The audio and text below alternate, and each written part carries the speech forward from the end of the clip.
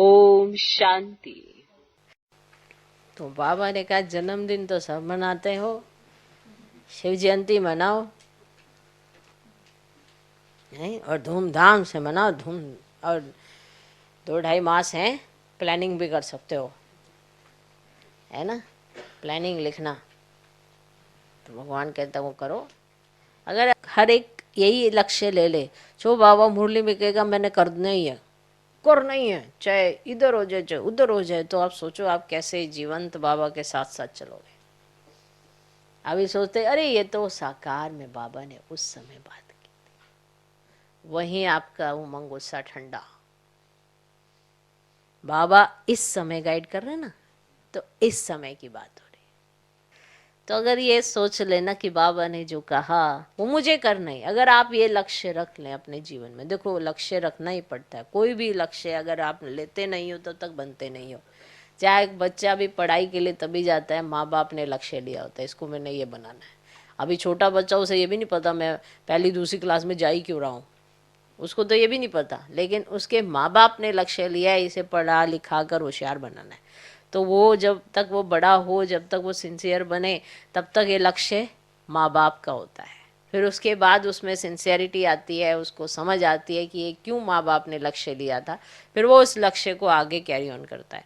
नहीं, कई बार इंटरेस्ट उसका कहीं और होता है तो फिर वो लक्ष्य छोड़कर कहीं और चला जाता है, फिर दूसरा लक्ष्य निर्धारित करता है। फिर माँ बाप अंडरस्टैंड कर देते हैं कि इसका स्वभाव संस्कार ऐसा है, तो इसको ये वाला ट्रैक ही ठीक है, क्योंकि ये इसमें आगे उन्नति को पाएगा।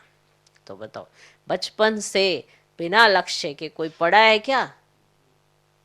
माँ बाप बच्चे के साथ पढ़ते, फिर जब बच्चा मैच्योरिटी की तरफ आता है तो वो फिर स्वयं पढ़ता है।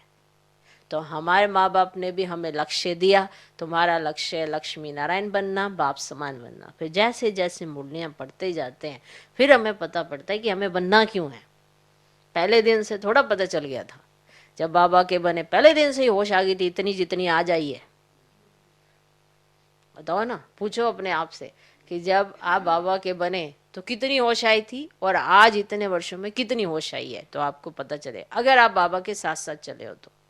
नहीं तो यही लगेगा पहले साल तो मेरी स्थिति बड़ी अच्छी थी, उसके बाद तो डाउन ही होती चली गई, नहीं तो ऐसा लगेगा। नहीं तो आपकी ग्रोथ तो हुई होगी। तो वो ग्रोथ कौन सी हुई है? जब बच्चा बड़ा होता है तो वो दुनिया को देखना शुरू करता है, तो मुरली के माध्यम से आपने भगवान को भी तो जाना पहचाना अच्छे से होगा। तो जो पहले साल हुआ होगा वो आज के साल में अंतर तो होगा। आज आप अपने माँ बाप की वजह से बाबा को देख रहे हो या अपनी वजह से आपने बाबा को पहचाना है, ये अंतर तो है।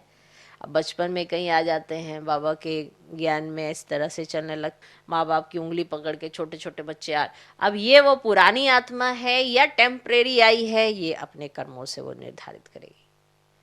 कई बार कोई पुरानी आत्मा होती है तो वो आ जाती है, तो उसके लक्षण भी वैसे ही नजर आने लगते हैं, वैसे ही उसकी स्थिति होती है, उसका उठना बैठना बात करना सब कुछ ऐसा लगता है कि मैच्योरिटी लेवल इस बच्चे के अंदर बहुत ज़्यादा है।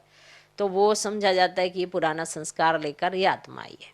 और कई ऐसी आत्माएं होती हैं जैसे जैसे वो बड़ी होती हैं उनका आकर्षण बाहर की दुनिया की तरफ बढ़ता जाता है और वो धीरे धीरे धीरे बाबा से दूर होती जाती हैं। फिर माँ बाप को ये भी समझ में आता है कि ये आत्मा ज्ञान में चलने वाली नहीं थी, हमारी वजह से आ रही थी, तो ये सब कुछ भी जज किया जाता है।